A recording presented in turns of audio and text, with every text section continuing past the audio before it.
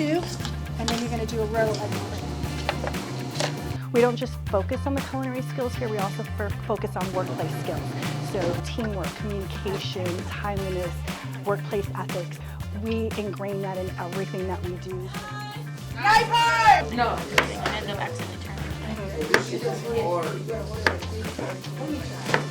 Personally, I love the atmosphere. The kitchen, it kind of forces me out of my shell and it has me communicating because it's one of the vital skills. They don't necessarily have to have the shiniest, prettiest, brand new commercial kitchen.